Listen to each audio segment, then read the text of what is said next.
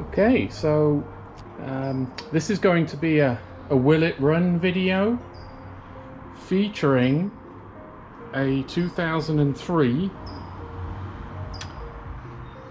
RC51 SP2. I've always wanted one of these bikes, and they're a little bit later than the bikes I generally restore, but I just love everything about this bike. The fact that it's a V-twin from Honda, competing with the Ducatis of the day, and it was a game changer, World Superbike winner.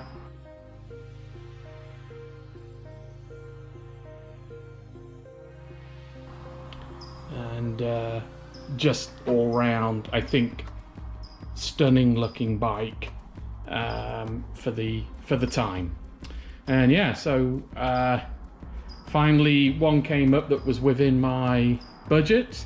Unfortunately, the budget being as it is, this is probably one of the most abused RC51s probably in the US. But saying that, yeah, and it's got M4 exhausts, which are actually pretty nice exhausts, but obviously not the original. But other than that, a lot of it is still there. It's, you know, it's had the usual stuff done to it for track days. It certainly wouldn't have been, I looked around it, it wasn't a serious track bike, as in it's been lock wired and so on and so forth.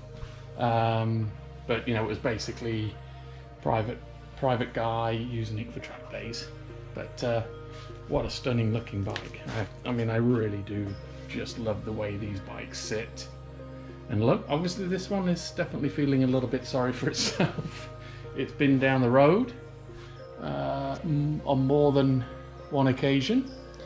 But if you know anything about the stuff that I work on and the bikes that I restore, that's pretty much par of the course. I tend to start with bikes that are in most need of being brought back alive again and put back on the road, because if they are, you know, original and in nice condition, I don't like to do full restorations on them.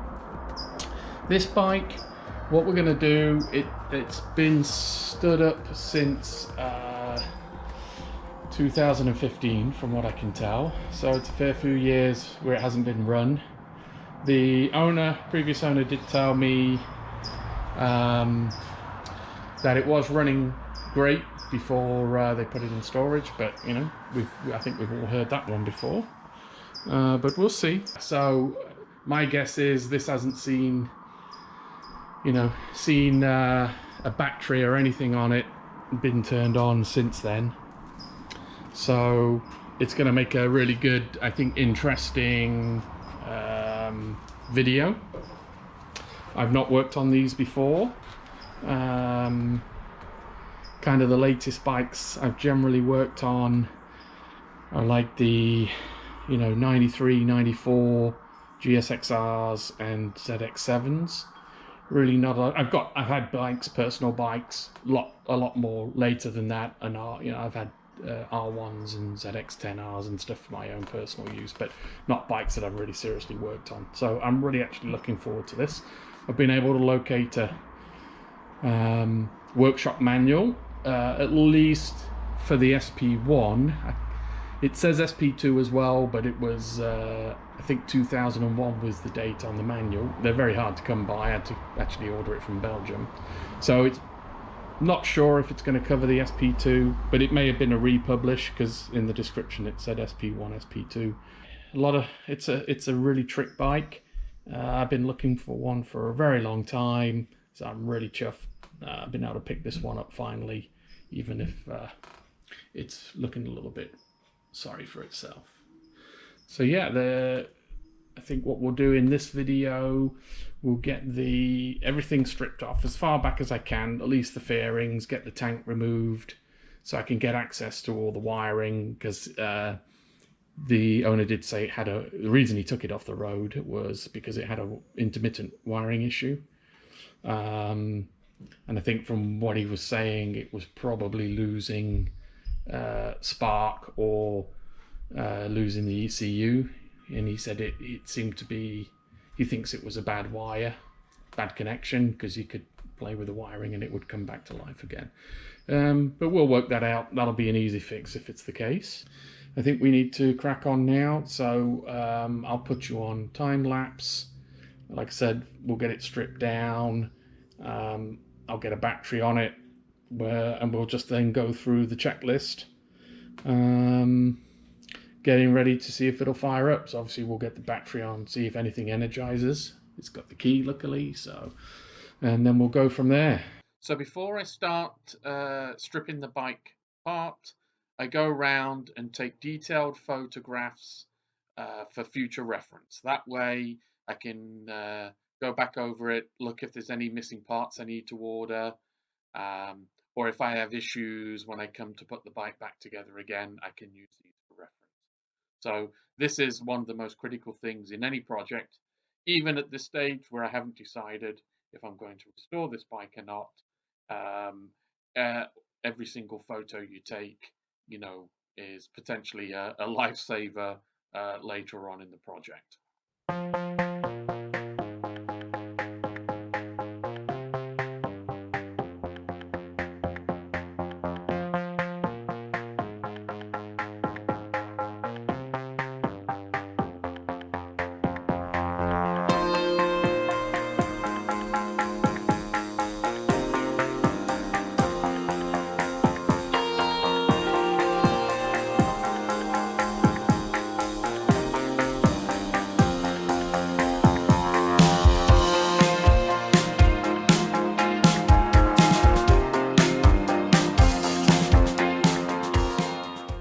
Final step before tearing down is to remove all the aftermarket decals and stickers.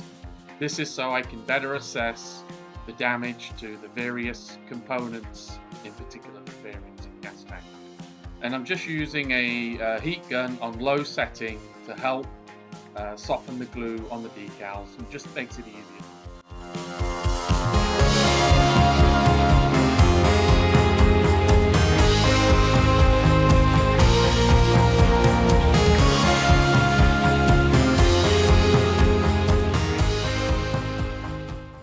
So with all the stickers and decals removed, I can now start to remove the bearings.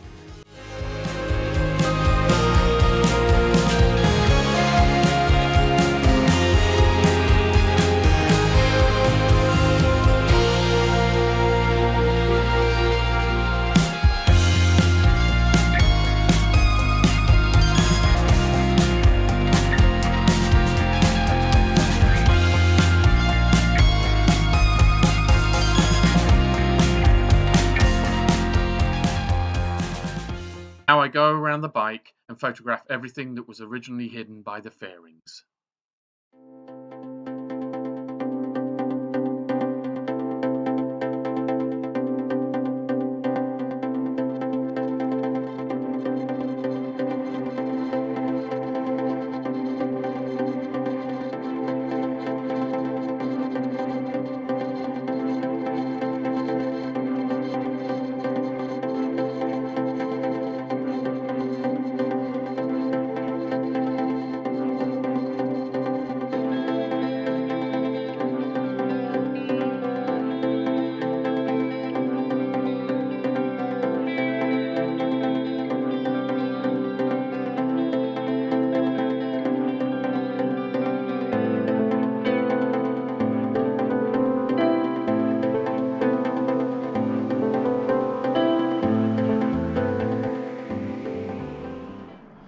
Okay, so yeah, you can see we've removed all the fairings. I'm not going to remove the tank at this stage because it's got the fuel pump built in and the return from the fuel rails. So if I try to take the tank off and run it off a dummy tank, it's going to be a pain to try and do that. Yeah, wiring, I've inspected the wiring as much as I can. This is a mess at the back, but that's all just turn signals and brake lights. It looks like at least the key components, ECU, etc. are all plugged in, nothing disconnected. I'm going to check the battery now. I did have it on charge overnight, but the chance of this thing actually holding a charge I think are almost zero. I have no clue how old this battery is, but I'm not holding out much hope there. So I'll check the battery voltage actually now, and then yeah, if it's got voltage, we'll try to start it up. Well, not try to start it up, but try to get power on. So yeah, let's do that right now.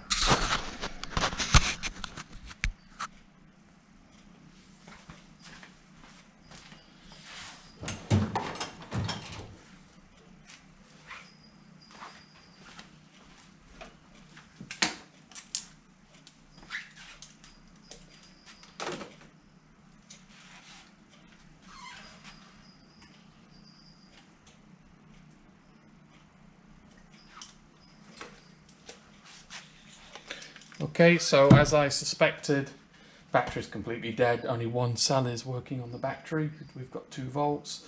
So, and it was on charge and all night. So what I'm going to do, remove that battery, and then I'll put my jump starter on. Hopefully that's enough, at least just to get the bike powered up. We can see what's working, what isn't. I do have a battery as well, a spare battery, so if I need to, once we come to try and start the bike,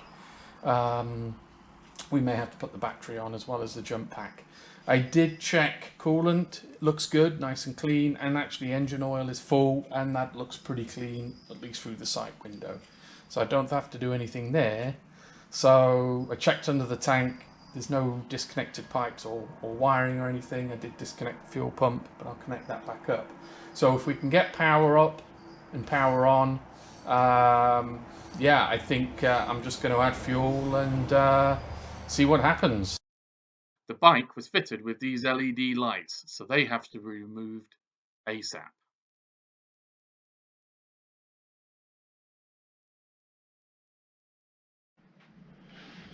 Okay, so I've got my jump pack on. Yeah, so let's see. This is actually the first time I've ever tried to put power onto this thing. See what happens. Okay. So you can see there. So far, so good. Yeah, we've got neutral light, oil light.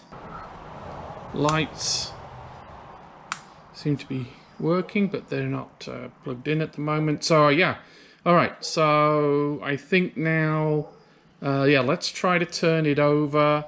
It'd be nice to turn it over if it'll turn over, and let's see if we can get the oil light to go out. Like I said, I've already checked the oil, looks good, so I'm not taking any risks there.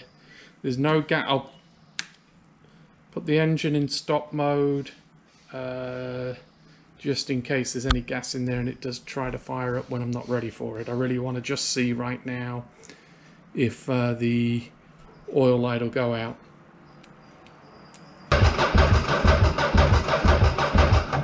Okay, so that's a good start. That's a good sign. So what I'm going to do now, well, I've already noticed when I turn the key on, the fuel pump isn't priming. So I'm going to start to debug that. I've got the manual here and it gives a pretty good description of how to go through, debug the fuel pump. There's a couple of sensors that are in line with the fuel pump supply. So there's a tip over sensor, there's a fuel pump relay. So I'm going to go through systematically, check each of those. So yeah, and what I'll do is each time I do a check, I'll bring you back and just show you what I've done. So the first thing is just check if there is 12 volts going to the fuel pump when I turn the ignition on. According to the manual, it should prime the fuel rail. It's a pressurized fuel rail. It should prime it for 10 seconds when you turn the key on. For sure that's not happening. And the bike's been sat for what, 7-8 years? So it could well be that the fuel pump is just locked up. Anyway, so the first thing we're going to do, get a multimeter and just check if there's power going to the fuel pump. So now you can see, yeah, I'm just now checking with my multimeter the fuel pump power. So if I just do a quick check, you can see here, if I just put the probe on the battery live and fuel pump ground, just to check, I can see 12.78. So now if I'm just looking directly at the pump power,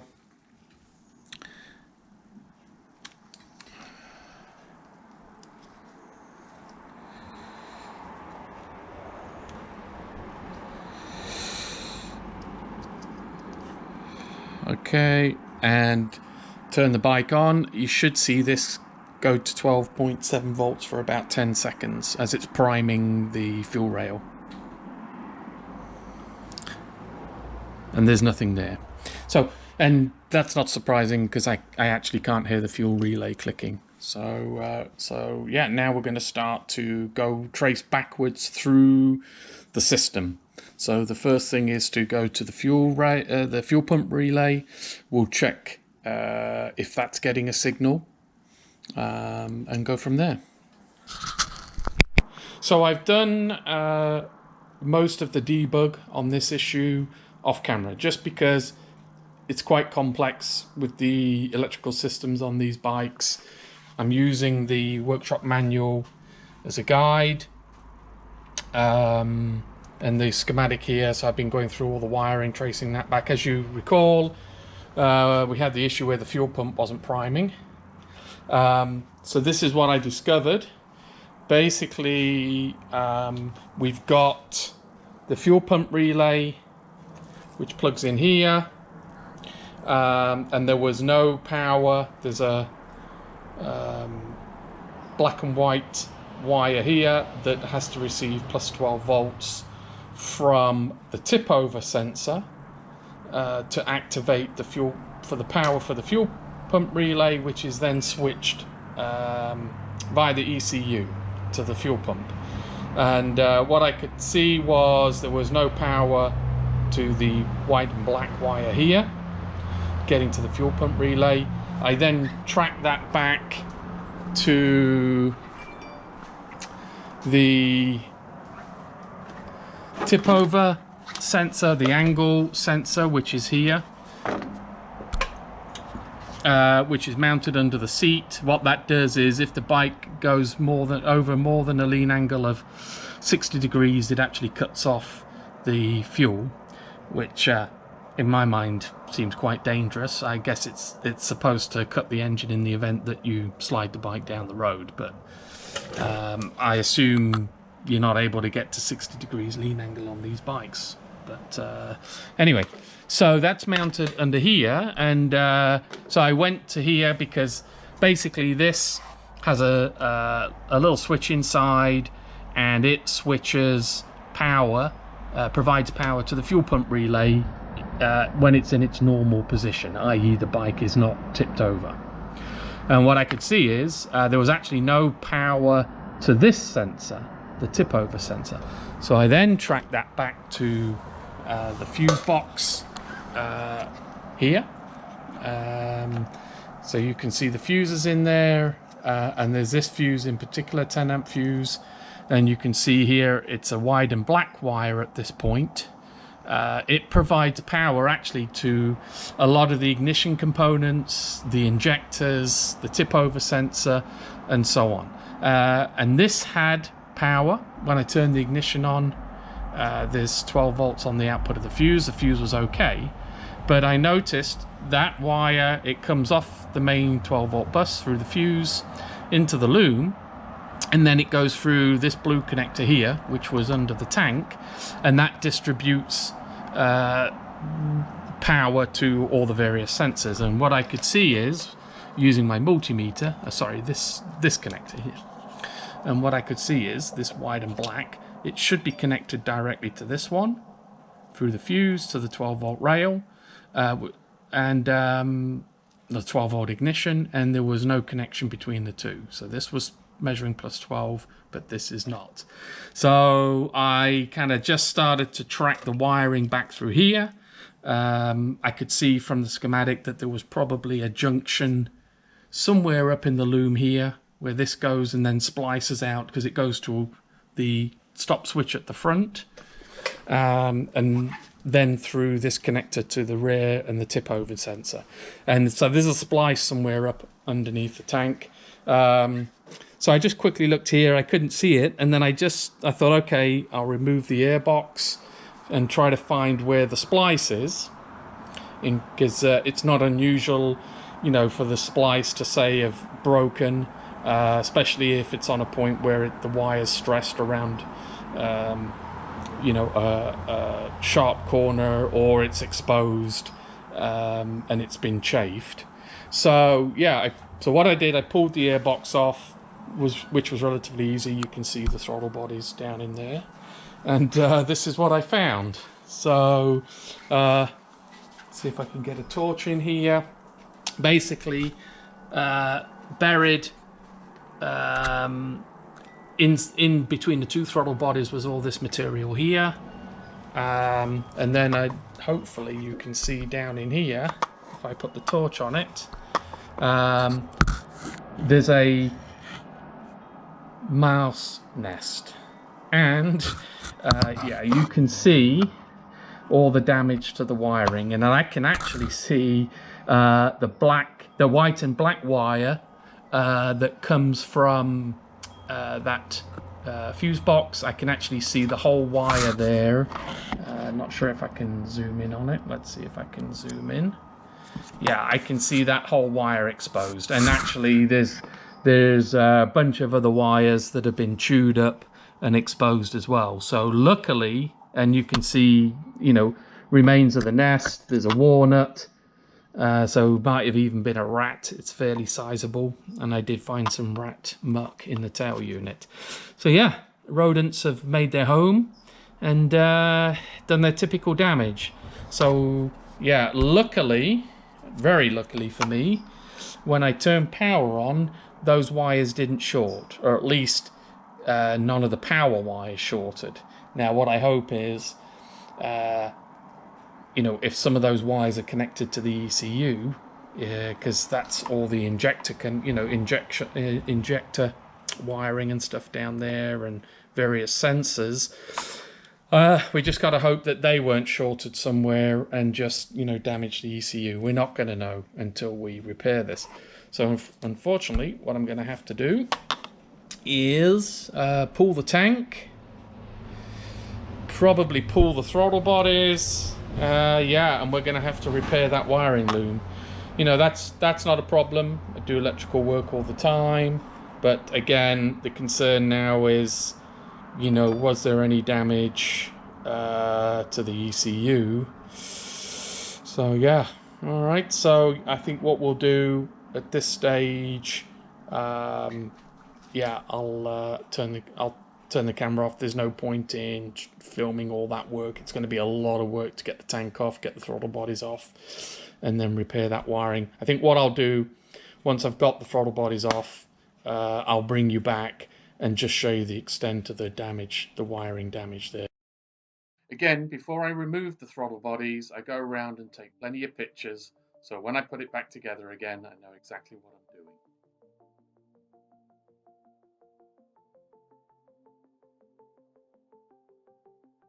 And with the throttle bodies removed, we can now see the extent of the damage. Here we can see that the connector for the throttle position sensor has been completely chewed off, and we can see the extent of the damage now to the wiring loom between the two cylinders.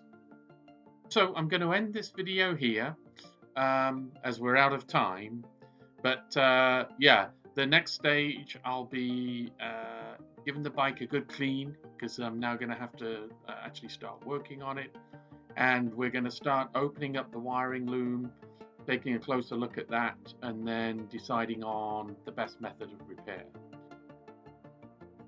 And for the injector wiring loom, which includes the throttle position sensor, I've been able to find a used one off eBay. I've ordered that because repairing that connector would be tricky.